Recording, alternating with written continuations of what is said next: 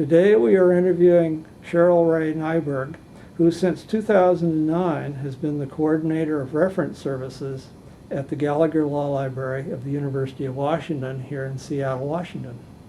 Prior to that, Cheryl served as the reference librarian at Gallagher for about 14 years. Cheryl, let's begin with a little of your personal history. Could you tell us a bit about where you were raised, your life at that time, and your life today? Sure. I was born in central Illinois in a little town called Creve Coeur, which means broken heart. And I lived on a street called La Roche, which was the Rock.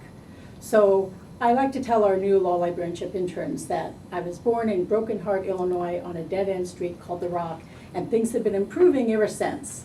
Law librarianship has been a great career for me.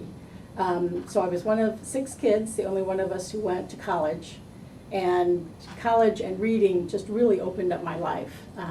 Really let me know how other people live, how other people love, learn. Reading really was fundamental to my growth as a person and entry into law librarianship. I became a law librarian through a job I had as a freshman. I needed a job to earn some money, and I went to student services and asked, what do you have? Woman looked through her 3x5 index card file and said, well, we've got 2 jobs open. The chem lab needs somebody to wash test tubes, and somebody in the law library needs an assistant. Washing test tubes sounded a lot like work, like kitchen work, getting my hands wet and wrinkly. I thought the library's got to be better than that. So I went to the law library at the University of Illinois, introduced myself to the person who needed an assistant.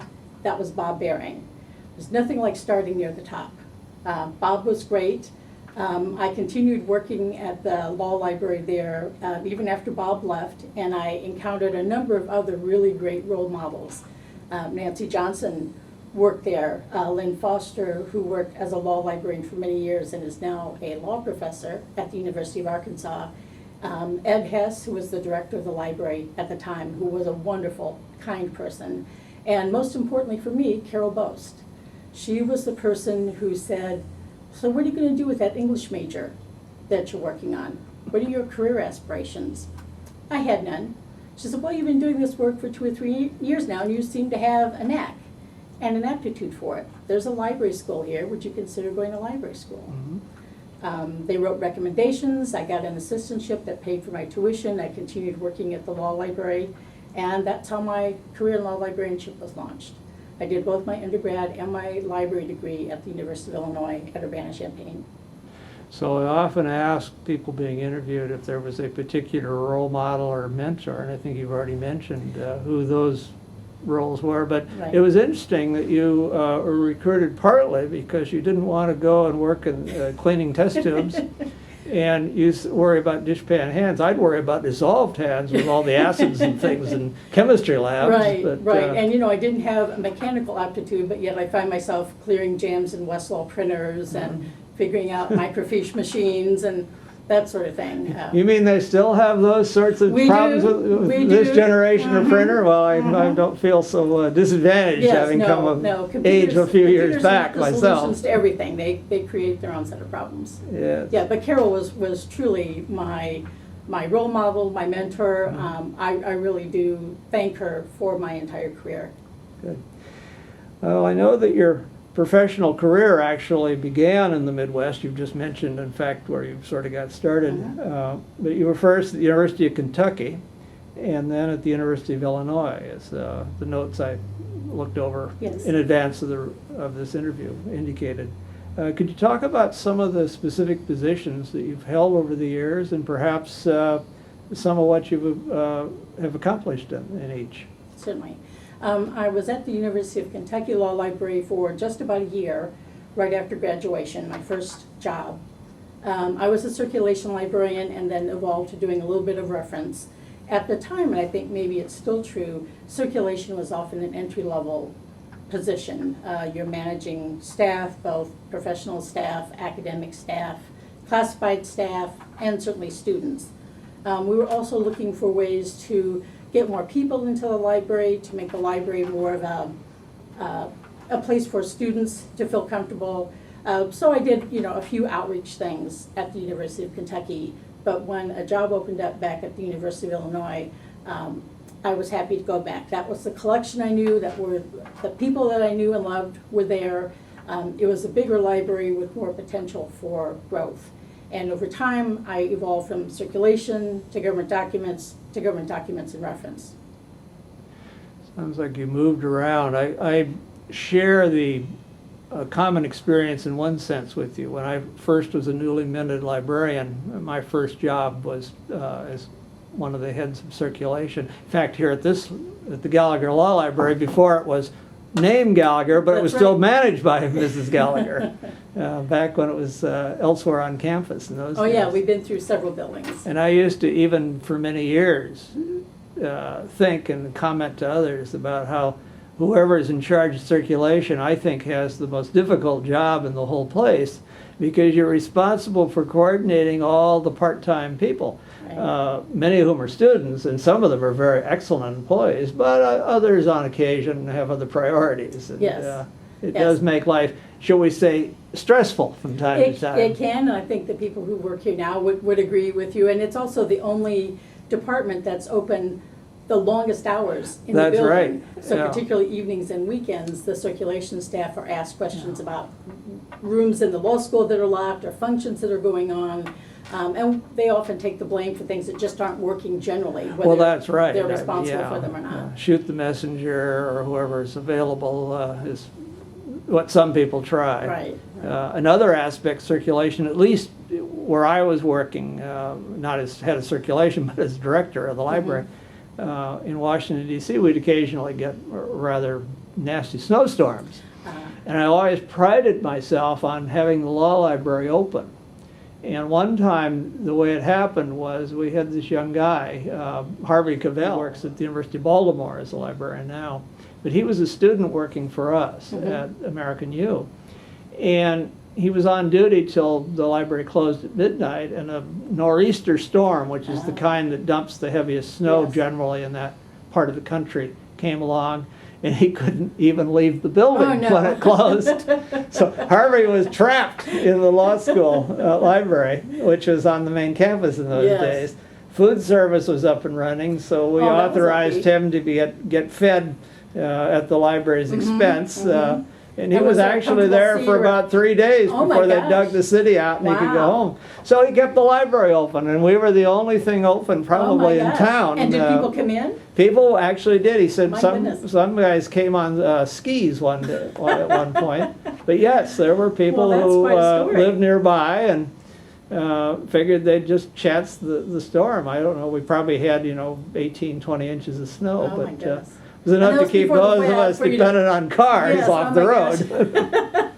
Well, that was quite an endurance test for him, I guess. Yeah, but as you say, or as I've said, working in circulation has its own interesting moments. Right. Some of which are, make wonderful memories. Yeah, and you're often a pivot point between the technical services people who buy and process the books and the reference staff and people looking for things. Yeah. So it's a very integral department in the library, and But- we're fortunate here we have very experienced staff with a real great public service attitude. Yeah, this library has a wonderful reputation. And Generally, honestly, I'll say deserved. yeah, and I agree. I mean, I once worked here, so maybe I'm sort of there's a certain nepotism to Yes. this, but it's really true. It's very well run and very highly regarded in many ways. Speaking of many ways and being highly regarded, Cheryl, you've served our profession in quite a few ways, many of which are very important and fairly diverse. For example, you chaired and are members of various of ALL's committees. And you and I crossed sort of jurisdiction some years ago when you put together a program as co-coordinator for the 1992 annual meeting that was in San Francisco. I happened to be in charge of I was the chair of the programming committee, and it was an interesting undertaking I'm sure for both of us. Yes, it was. Yes.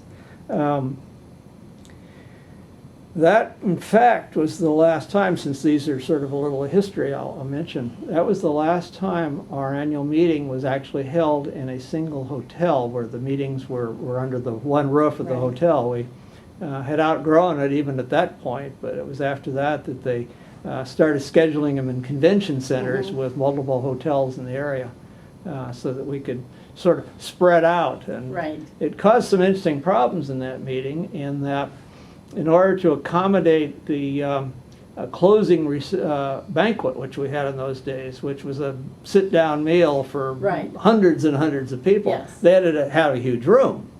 And the only huge room that was huge enough or large enough for that in that hotel was where the exhibit hall had been. So we had to close the exhibit hall at the end of Tuesday. The meetings in those days began Sunday and ran through Yes. Wednesday night when we had the banquet. So the exhibit hall would usually close about the middle of the day on Wednesday, but that year they had to close the night before so that the staff of the hotel could clear the room, set it up for the banquet, and we could all get seated and eat. Yeah. I The closing banquets were just wonderful. I mean, anybody who you didn't see throughout the course of the meeting, you saw at the closing banquet. That's right. And there was a real sense of community that I think we have lost as the association has gotten bigger and more fragmented. Yeah, even though I have not been able to go to many meetings in recent years, I too have a certain nostalgia for that banquet at the end, but it was also very pricey in terms Yes. of what you had to pay to go. Yes, well, and I remember the closing banquet in New York when we were served a salad and then a dessert, and we were all, where's the entree? And New York was so expensive that there really was no entree. Mhm. And It would have added another couple of $100 to the registration fee. yeah, it was quite the talk Yes. at that time. Well, actually, speaking of some of our experiences in the profession, could you talk a little bit about some of your service? And we've already mentioned a couple of things, and you can mention those in a little more detail, or perhaps other things. You talk a little bit about what you've done Yeah. of that sort. Particularly when I became interested in government documents, I found the government document special interest section very welcoming to newer law librarians. It was easy to get involved. You just had to show up at meetings. And when the editor said, does anybody want to write something for Juristox, which was the newsletter of the SIS, it just took a little courage to put up my hand and say, yes, I'll write something. If you have an idea, I'll write a book review. I'll come up with an idea. And my role models, particularly at that time, as I said, Nancy Johnson and Carol Boast, would say, it's a good way to get started. You know, you're not writing for thousands of people, you're writing about something that you know, for people who are familiar with the topic. So it was a very low threshold to get involved both in the SIS and in writing. Working with government documents and being active in the SIS led to an interest in government information policy. And that's when I became interested in serving on some of the committees that I've served on, government relations, access to electronic legal information, and several others. Being able to help form and draft the association's policies on some important government information issues was really thrilling to me. We talk all the time about how legislation is affected by stakeholders and interest groups and about sending letters to members of Congress. Well, I've been doing that sort of thing, but working with the Government Relations Committee gave me the opportunity to actually testify before a congressional committee. My mom was really impressed. I was all excited and kind of puffed up. I'm going to testify, go to Washington, D.C. and testify before a congressional committee. And I called my mom to tell her this, and there was a pause on the phone, and she said, oh no, what did you do? I think she was thinking of, I don't know, the McCarthy hearings or... That's sort of, I thought of that too, and everyone putting the Fifth Amendment. And I said, no, it's a good thing. It's a good thing. I think I stayed at Joanne Zeke's house, who was your documents librarian at right. American. Yeah. Bob Oakley was there to kind of, coach me and help me get through the experience because I was, very nervous. I was still a relative newbie, or so it seemed. So that was terrific. And all through, starting participation in an SIS that was directly related to my job duties, Mhm. government documents. And I've maintained an interest in government information policy throughout that time. The Access to Electronic Legal Information Committee gave me another great opportunity. We were trying to influence how courts presented legal information on their websites after the web developed. And we were writing a proposal to get a program approved for the National Center for State Courts Court Technology Conference in LA. I wrote the proposal. We didn't know if it was going to be accepted. It was accepted, and then the next question was, well, who's going to deliver the presentation? All eyes turned to me because I'd written the proposal. Other people on the committee assumed I would do it. So I kind of gulped. You know, I'd given a few presentations before AALL programs, but I was speaking to my people. You know, I felt embraced by the audiences I was speaking to before. But these were going to be judges from all over the country and court administrators. But the National Center for State Courts does a great thing. I don't know if they still do, but at the time, if you hadn't spoken for one of their programs before, they paid for you to come to Los Angeles several months before the program to actually get training in public speaking. Mm. It was 2.5 days. We were in the facility where the program was going to be. They actually took you to the room that you were going to be speaking in. It was huge. You know, maybe 1,500, 1,800 seats in the room, bigger than any group I'd spoken to before. But the training was excellent. They videotaped us and played it back. Mm-hmm. We got a chance to see how we, you know, used our hands, used our body, our facial expressions, our voice. And it was really great. We got great tips, and I really felt empowered by that because they were saying these people are spending their time, taking their time away from their judicial duties to come and learn something from you. You have to tell a good story. You not only have to have good information for them, but you have to be able to convey that well. And they wanted to ensure that their judges weren't going to leave that program saying, this person was a waste of time. Why did you schedule this person to speak?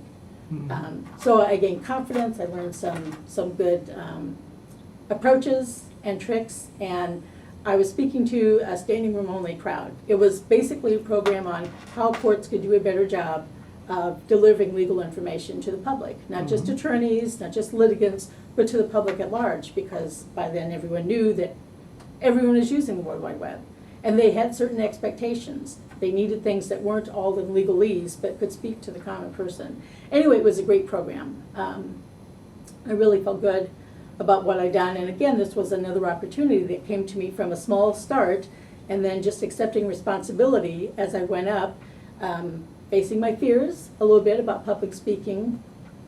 And from that experience, this thing's all leapfrog, there was someone in the audience from Australia who said, we'd like to invite you to come to Australia and give a similar presentation. And they were going to pay. I was like, well, that's great. I've never been to Australia. When I was on the program for that event, some law librarians in New Zealand were holding a conference shortly after the Australian event, and they said, well, could you pop over to New Zealand and speak at our conference? I couldn't say no. I was going to be there. Couldn't say no or wouldn't say no. No, and you know, wonderful experience. I had Yeah. time between the two events to do some sightseeing, and you know, sometimes I had to pinch myself that, you know, I was just, you know, this girl from a little town in central Illinois, and I speak in Los Angeles, and then I get invited to go to Australia and New Zealand. I was just, you know, it was hard to believe that little things can lead to big things like that. So It didn't come across your mind that maybe they were exporting you farther and farther away from your hometown? you know, it didn't at the time, but now that you mention it, I'll have to give that some thought. Well, I think you're absolutely right. The reason was very good, not something like I'm suggesting at this point. But it's, you know, the more you do public speaking, I think the better you become, and you learn how to, you know, face your fears. And it's just been great Yeah. to have that experience. I remember the first time I was in a public speaking role. I was still actually fairly young. I was a teenager, and the way I got through it was I was using a microphone, and I could hear myself out there through the speakers, And I guess I sort of convinced myself that it was somebody else up there talking. I don't know, Yes. but I got through it. But Yeah. as you say, it's scary for a lot of people, but it's Yes, it it sounds like you had a wonderful opportunity to go to that training session and really know how to do it. Yeah, yeah. So now it's like I'm now playing the role of a competent librarian, giving a professional presentation to my colleagues or to judges. And you know, I get through it that way, and then I realize, well, it wasn't just me playing a role, that was actually me. I actually do have some useful information, and I try to find entertaining, amusing, storybook ways of conveying that information to the audience. Well, you have been telling us about some of your experiences, especially as a speaker. But Cheryl, I want to also mention that perhaps in all modesty you wouldn't mention it, but I can get away with it for you, that you have been given some fairly high recognitions for some of your writing. For example, your subject compilations of state laws and annotated bibliography, which you are co-editor, was cited in 2009 by AALL as the best new publication that particular year's edition, because I know it's been published for a number of years even before that. And I also want to mention that your Washington Legal Researchers Desk Book, second edition, actually was cited by AALL with its top recognition for publications, the Joseph L. Andrews Bibliographic Award back in 1997. And those, frankly, are very major indications of significant accomplishment and contribution to the profession. And I want to personally thank you for doing that kind of work over the years and sustaining it and basically setting an example for everybody else, including myself. That this is some of the sorts of things that we as a profession need to engage in, both in terms of producing it and then when it's done in a stellar fashion, such as in your case, with the appropriate recognition of that. It's customary as we near the end of the interview for me to sort of ask the person being interviewed, in your case, Cheryl Nyberg, if there's anything you want to add before we conclude the interview. I've had a remarkable career. I'm really proud of the things that I've done and many of the people that I've worked with. And one of the things I'm especially proud of is that I've been able to do this, have this great career without a law degree. I came into the profession where there were still plenty of opportunities for non-law degree people to work in law libraries, to learn in law libraries, and to have great careers. I don't know whether that holds true as much anymore, but some of the best law librarians I know are non-JD law librarians. Like me, they maybe had history, civics, economics in their undergrad curriculum, but they were attracted to librarianship first and then law librarianship perhaps at the same time or secondarily. And you can learn so much about the law and do a great job as a reference librarian without having a law degree. Of course, I work with great people who have law degrees as well, and I think there's plenty of room in the profession for both of us. But I would encourage people who don't have a law degree who are attracted to law librarianship for whatever reason to continue to pursue that opportunity. It's been a great career for me, and I hope many others will follow in our paths. I don't see law libraries going away. The more information we have, the harder it is to navigate and to find just what you're looking for, and that's what we excel at. So I appreciate all the people I've met along the way. You, in fact, were also an editor for a chapter in Law Librarianship, a Handbook for the Electronic Age. So we've crossed paths. We have a number of more than once. More than once. Yeah. And I very much enjoyed talking with you today. Well, thank you for sharing this. I too share your view that in our field there is not only room for people with different kinds of backgrounds, but a need for it as well.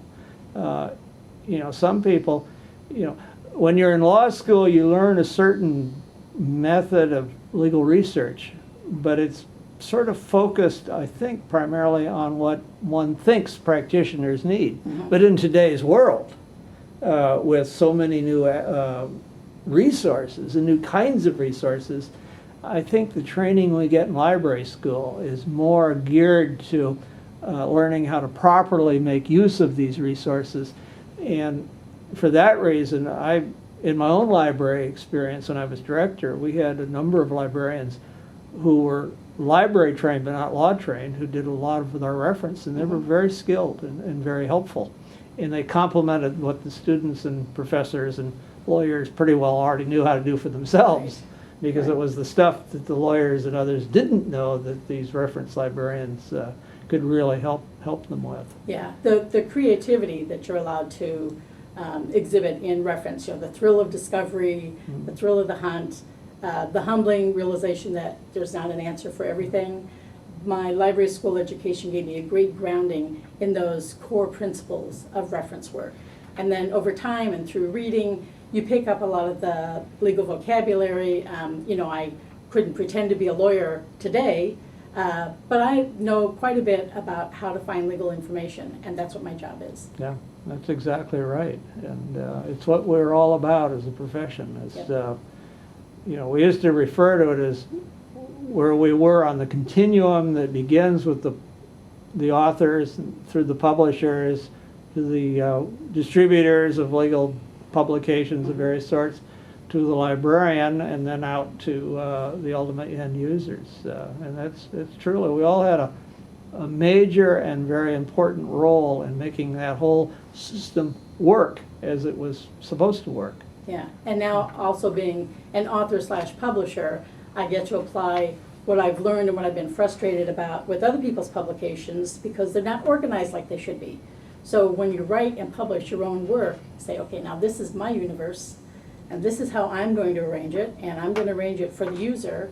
And then when I had the opportunity to partner with Hein Online and make the whole database available in one search, I was like, yes, that's the right way to put this information up there. So I'm delighted to be part of another Hein production. They're great people to work with, and I've enjoyed very much speaking with you. Well, it's been wonderful being asked by Dick Spinelli to be one of the people that gets to go around and first helps develop the concept of these oral histories, and then actually select and interview some of the people that are actually participants in it. It's been a wonderful experience for me, and I continue to do these, and I'm delighted to be here in Seattle today at the Gallagher Law Library, which is now sunny. Yesterday we had unusually good weather. It was about 90 degrees here. Yeah, and this is, broke records. So for those watching the video, it's actually early May here. And Seattle is not notorious for having 90-degree days in early May. Yeah, no, we usually don't say summer starts until after July 4th. Yeah, and that's usually more the case. Right. But it's been a interesting and relatively nice spring here. Yes, it is. Yeah. Well, I certainly want to thank you, Cheryl, for sitting with us today and talking about yourself and our profession and some of the wonderful people you've known in it and some of the things you've done. Good, thank you. Thank you.